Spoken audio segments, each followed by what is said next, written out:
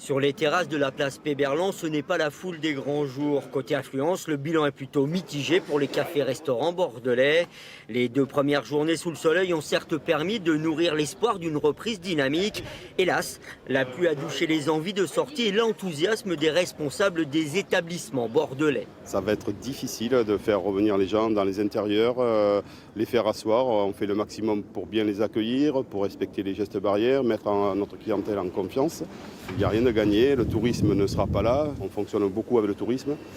On est très anxieux, on va voir. Pas de stress pour ces Nantais venus rendre visite à leur fils étudiant à Bordeaux. Au contraire, ce moment, ils l'ont espéré. Aussi, ils ne boudent pas leur plaisir et profitent de ce retour à une vie quasi normale. Se balader et puis profiter du beau temps, même si aujourd'hui c'est moyen, mais on profite des terrasses et on participe à l'activité des bars. Comme ce café-restaurant bien connu des Bordelais, 70% des établissements ont rouvert.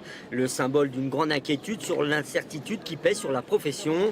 D'ici quelques semaines, les charges un temps reportées, les échéances des prêts garantis par l'État vont devoir être payées. La reprise s'annonce donc très compliquée. Il faut redonner envie aux gens de consommer, d'insouciance, de revivre, de sortir.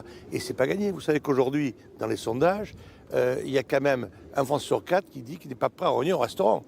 Bon, et regardez, les terrasses sont pas pleines. Un samedi matin, les mariages ont repris, il pleut pas malgré tout, et c'est pas plein. Donc il y a la vraie inquiétude. Pour voir l'horizon s'éclaircir, les cafetiers restaurateurs bordelais scrutent le ciel en attendant une éclaircie pour l'affluence. Un point crucial entre en ligne de compte, la météo. Le soleil est attendu avec impatience.